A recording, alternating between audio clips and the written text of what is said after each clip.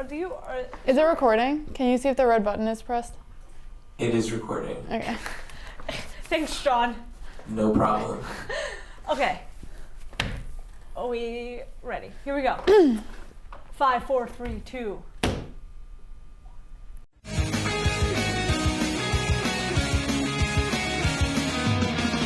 Welcome back to SportsZone. This is your favorite MLB segment, Getting to Third Base. I'm with Kristen. I'm Aviva like always. And the 2018 MLB season has officially started. They've played around 6-7 games now. So there's a lot to talk about. So in the end of spring training, we talked about ESPN did a ranking of all the teams. And we talked about the top 5 with the Astros being top, and they are still doing really good. Except for they had a mishap with their banner, but like their team is still doing really good. But the other 4 teams, the Dodgers, Yankees, Nationals, and Indians, they're not actually doing that good. The Dodgers, they're 2-6. They're still struggling with Justin Turner out with the wrist injury. He doesn't seem like he's going to be back until the end of the month, which is a big blow for that team. They have Matt Kemp. They have Kershaw. They have all Jock Pearson, who, if they do well, they could be a good team, but they're not starting well. And I guess we'll see what happens with the rest of the season. But another one was the Nationals. So, Kristen, what's happening with them? So I think a lot of things are just not going well for the Nationals right now. They got off to a kind of a hot start against the Cincinnati Reds, but then they ran into the Braves and now the Mets, and they have not been doing well at all.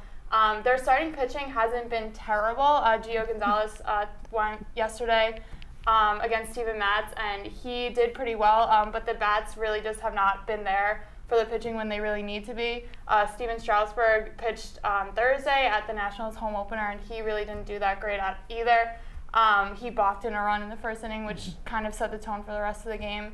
And Bryce Harper has been hitting, but he seems to only hit when it's not really a crucial time in the game. He'll hit a home run to, get them like back in the game a little bit, but he really doesn't. He's not really been hitting timely, which is what the Nationals really need. So their lineup really is struggling against the Mets pitching, and we'll have to see how they do against Matt Harvey tonight. But overall, the Nationals pitching has been kind of shaky, and their lineup really hasn't been performing when they need to. Yeah, and I think they're really missing Daniel Turner, who also is probably not going to come back until the end of the month. Daniel Murphy, sorry. It's okay. And then on the other side, some teams that were ranked really low on that ranking were the Pittsburgh Pirates. But they're doing really good. They're 6-2. Their pitching isn't the best, but they're still doing really good with Josh Bell at first base and Marte, who just came back from a suspension. So I guess we'll see what happens there. They're top in the NL Central, which is surprising because the Cubs, before people thought that the Cubs were going to do really well, or the St. Louis Cardinals, but the Pirates are top right now. So I guess we'll see. And another one is the Mets. So, Kristen? So yeah, definitely the Mets have got off to a really strong start this season. Mickey Callaway, who is their new manager this year, seems to be pushing all the right buttons, putting certain people in the lineup to face certain pitchers that he knows that they're going to do well against. An example of that is Juan Lagares getting the start yesterday. He did excellent against Gio Gonzalez. He has his whole career, so it was really crucial that he was out there, not only for his bat, but for his defense as well. He threw out a runner at the plate, which was really the game-saving play in the game yesterday. So yeah, Mickey Callaway is just doing all the right things, and every move that he makes seems to go in the Mets' favor. And they're doing really well. They're off to a hot start with a really good record. And we'll see if they can keep it up going forward. As I said before, Matt Harvey's getting the start tonight. This is his first big test going up against the Nationals. He won when he started in Philadelphia, or the Mets won that game, and he did a really good job, but he only went, I believe, 5 innings. He got through 5 innings. So we'll have to see if he can go a little bit further tonight. I think the Mets are going to need to see him go 6 or 7 in order to get the win tonight. So we'll see how he does. But the Mets pitching staff overall has looked really good. Jacob deGrom pitched excellent against the Nationals, and Steven Matz did great yesterday too. So we'll have to see if the rotation can keep up doing really well. And the hitters, everyone has been contributing, which is good to see for the Mets. So we'll see how they do going forward. Yeah, and on a different note, Shohei Ohtani, who is everyone's been watching. He plays for the Los Angeles of Anaheim Angels, and he came from Japan. He is a pitcher and a DH for them. He has started 4 games as DH. I think he has hit 4 runs, 7 hits, and he has 3 home runs. And his first start was 1 week ago, and he won, and he's pitching today. So that's a huge player for the Angels, who can be a great pitcher, but also DH and hit home runs. So I guess we'll see what happens, because I think he's a big star that everyone's watching out in LA. So that's all we have for getting to third base, and this has been SportsZone. Hello and welcome back to SportsZone. This is our NBA segment. We're throwing it up. I'm joined by Aviva. We're filling in for Aaron and Justin this week, but it's an important week in basketball, so we felt we had to get a segment out. The NBA playoffs start 1 week from today, and a lot still has to be decided. And some big news, a big injury this past week really seems to be shaking up things in the East. Kyrie Irving, the star of the Boston Celtics, it's announced that he will be out for the rest of the year, surgery for his shoulder. So Aviva, for the East, what does this injury mean in terms of teams that maybe can contend for the finals? Do you think Boston still has a shot of making it to the finals? I think they have a less shot after Kyrie Irving got injured. I think it's a huge blow for Boston, a team that was doing really good the entire season, but sadly he got injured and is out. I think it's a huge. I think Philadelphia fans are being so happy right now, because now they probably can have a better chance at making to the finals. They have to beat the Raptors, who are they clinched the number 1 seed, but who knows with the Raptors in the playoffs.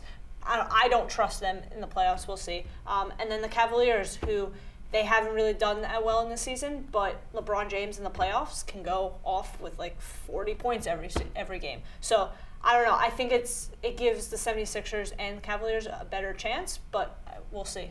Yeah, I think it makes that 3 seed in the East a lot more valuable. The 76ers and Cavaliers are vying for that. The Celtics are pretty much locked in at the 2 seed, so it seems like whoever can get that 3 seed maybe could coast to the Eastern Conference Finals without really having to kick it into a full gear there. And then potentially a team like Toronto, who hasn't really beaten a good team in the playoffs the past couple years there. So potentially a team like the 76ers or the Cavaliers, with LeBron starting to play well again with the playoffs looming, can potentially capitalize on this. And it's unfortunate for the Celtics to have their 2 big stars, injure themselves. They were gearing up for a finals run with Gordon Hayward and Kyrie Irving, their 2 free agent and trade acquisitions, both of them getting hurt. So it's an unfortunate situation there, but they might be able to salvage it. They have a lot of role players, and Brad Stevens is a phenomenal coach, so maybe there's something to salvage it yet, and maybe we're counting out Boston too early, but Philadelphia and Cleveland can certainly benefit from that. And while in the East it's sort of a lot more top-heavy in terms of the uncertainty, the West is just a mess.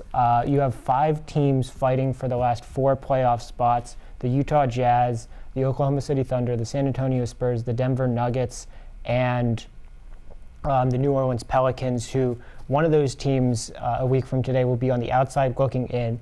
Aviva, do you think one of those 5 teams sort of sticks out as the team who may not make the playoffs? I don't know.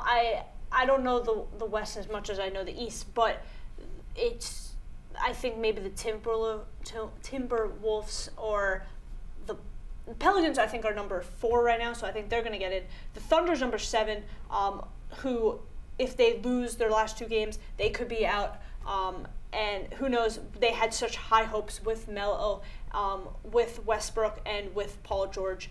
So if they don't make the playoffs, I think that's a disappointing season for them, because they have these big 3 players. So I think maybe they'll be out. I don't know what's going to happen with the West. It's a whole big mess. It's wild. Denver's basically been playing for their playoff lives basically for the past 2 weeks, and now they're sitting in a dead heap tie with the Minnesota Timberwolves for that 8 seed. As you mentioned, sort of the Pelicans sitting in 4th place are only a game and a half ahead of the Nuggets, who are currently in the 9th position. So anything is really up for grabs. It seems like maybe the Thunder have the easiest pass at it. They play Memphis and Miami, both teams eliminated, who may be in sort of tank mode for playoff or for lottery position, but it's all still to play for. And sort of on the flip side, we talked about teams that maybe would be on the outside. Of those teams that get in but will be the 4 through 8 seeds, which of those teams do you think is the most dangerous and could pose the most threats to a dominant team like the Houston Rockets or the Golden State Warriors? I'm a big fan of the Pelicans with Anthony Davis. I think he can go off any game, and I think in the playoffs he can go off. I don't know if the Pelicans can beat the Rockets #1, the Warriors #2, but I love Anthony Davis, so I think maybe the Pelicans. Yeah, definitely. This could be his coming out party, his second appearance in the playoffs. The first time around, the Pelicans were the 8th seed. He didn't really have a lot of players around him. They got swept by the Warriors. This time, maybe if they play their cards right, could wind up being a 4 seed and find themselves potentially playing in the Rockets in the second round.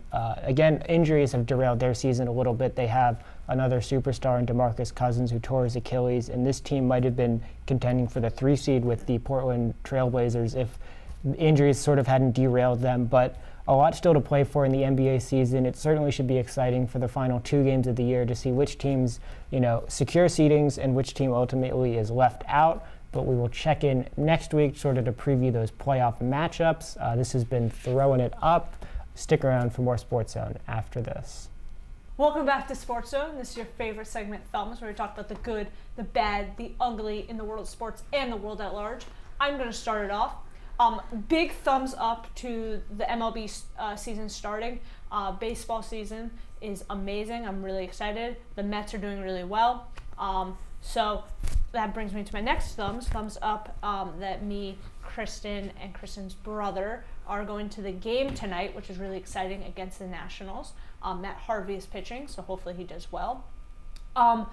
Thumbs down to the weather. It's been really cold. It's like April 7th and it's like 40 degrees out, and like yesterday we were almost gonna have a snowstorm. Why? It's April. Let's get some warmth, okay? Okay. Thumbs up to the Notre Dame women's basketball team. They won against UConn in the Final Four on a last-second shot, and then in the finals, the same player did won in the last second, so they won the championship, which is really exciting for the first time in like 17 years. So it's good that someone else other than UConn won to see in the basketball world. Yeah, I think that's it. Here's Kristen.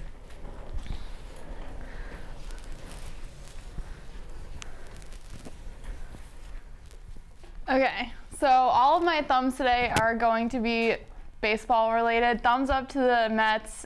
They've been playing really well throughout this season. Got off to a really hot start.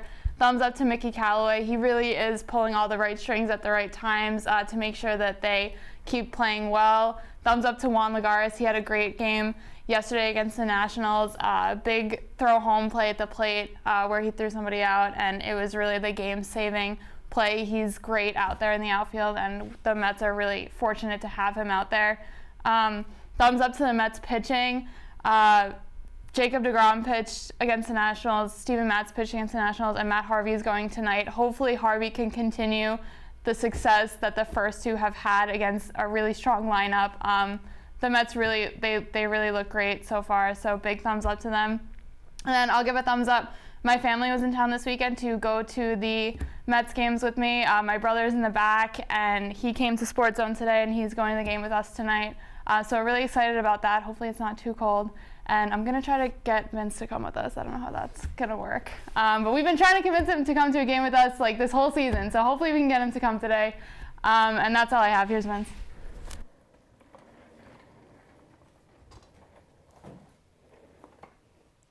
All right. I'll start off with a thumbs down to former SportsZone show member Deepak Bhagat.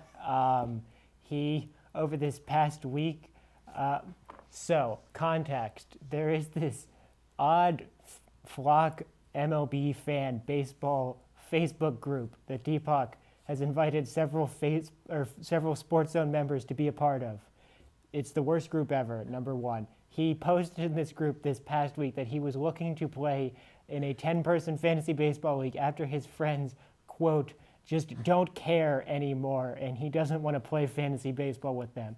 That was a not-so-subtle dig at us here on SportsZone, even though he never asked us to join a league or play with them. So Deepak, the unsubtle call-out on Flock MLB was unwarranted, and thumbs down to you for that. I don't know. Thumbs down that Villanova won the NCAA men's basketball championship. The city of Philadelphia doesn't need that much excitement and happiness in 1 year. They already got the Eagles. We didn't really need to see Villanova win again. Thumbs up to Notre Dame. They had an exciting 2 games in the women's basketball tournament, and the women's Final Four turned out to be 20 times better than the men's Final Four. The games were really boring there. We'll go thumbs up because the Pirates have started the season better than I could have ever realistically hoped. Josh Harrison, even though threatening that he wanted to trade, is starting the season well. Gregory Polanco is sort of picking up the slack that Andrew McCutcheon left, and he's filling in rather nicely, sort of trading time. Him and Starling Marte are sort of spending time both playing center field to fill the void of Andrew McCutcheon, so we'll see how that goes. I don't anticipate the Pirates will stay over 500 for very much longer in the season, but right now I can bask and enjoy it while it lasts. We'll go thumbs up because the NBA playoffs are around the corner, and it's about the time when I start caring about NBA basketball. The games are exciting. New teams sort of doing well in terms of the Rockets and the Trailblazers in the West and the 76ers and I guess the Raptors in the East. So hopefully we can get some new blood. But if it's the Warriors and the Cavs again in the finals, I think we would all be disappointed. And finally, I'll throw thumbs up. Arsenal had a big week. They beat CSKA Moscow in the Europa League quarterfinal first leg, 4-1. Alexander Lacazette scored from the run of play for the first time in a million years, which was great. They had some free-flowing soccer. Aaron Ramsey scored the goal of the year with this back heel flick. It was amazing. And then they followed it up with a victory in the league against Southampton. They're still kind of anchored in 6th position with no hope of anything, but they keep on racking up the wins, and if they could make a potential push for the Europa League championship, that would be great. And I guess finally, I'll throw thumbs down. The Champions League was terrible this past week. Manchester City losing to Liverpool 3-0, so that leg's effectively over. Barcelona beat Roma 4-1. That tie is effectively over. Bayern Munich seems to sort of have control of their tie against Sevilla, and Real Madrid is up 3-0 on Juventus after Cristiano Ronaldo scored the most ridiculous goal I've ever seen in my entire life. So that they are pretty much all those ties are effectively over. So now I've got nothing to do this Tuesday and Wednesday when I thought I would be able to watch some exciting soccer. That'll do it for me. So for Kristen and Aviva, short-staffed today again. I feel like this is the theme. This has been SportsZone, and thank you for watching.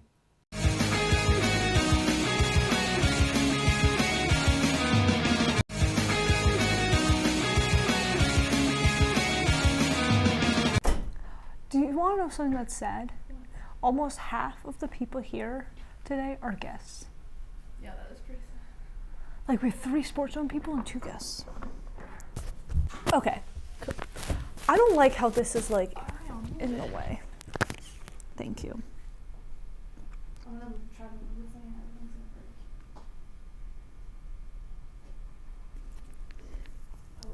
No, bad. Just leave it. What are you doing?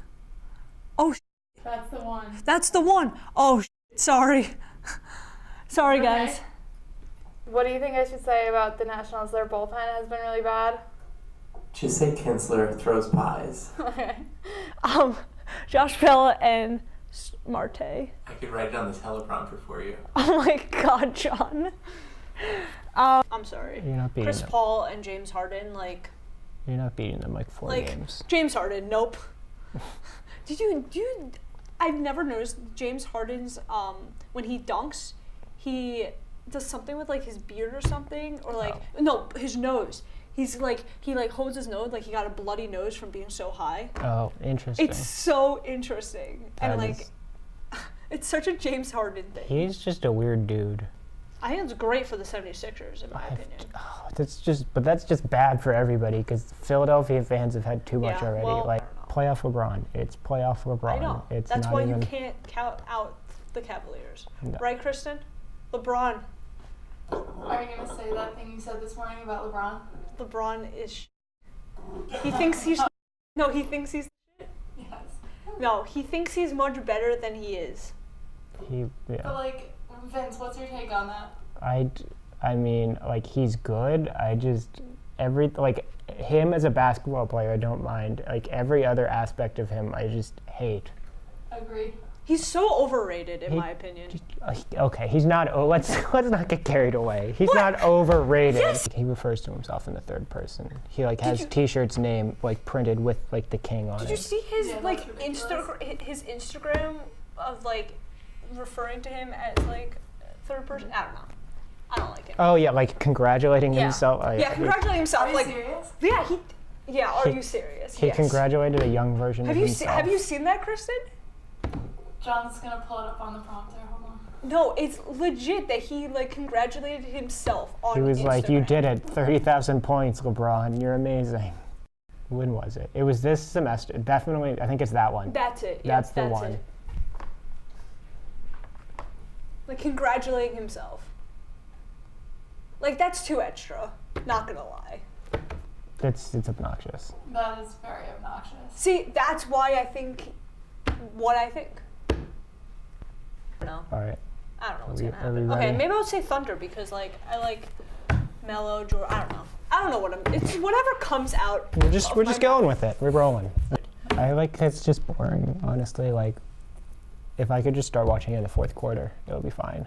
Yeah, I don't know. I just now that the Knicks suck, so it's like I don't even like try. Like, I literally could not. I can't express to you how awful that the Wizards Spurs game was. It was really bad, and we weren't even sitting next to each other because our class, like, we came in and out in like a weird. So like, I wasn't even near Vince. We couldn't even. They're like, I don't even know how that happened. Like, I got on like the elevator first, then I got off the elevator first, then everybody else sat before me. I was like, what? I heard that everyone went up at halftime, and then you also went up because you thought everyone was like going somewhere, but they were I just like getting it. food. Everyone just like left, and I was just like sitting there by myself. It was fine. Everyone else missed the dog show. It was fine. Exactly. The best part of the game was that dog. It was, yeah, the best part of the game was that there was like a dog who like bounced on a basketball, and then there was like this 6-year-old kid who like was dancing. That was it.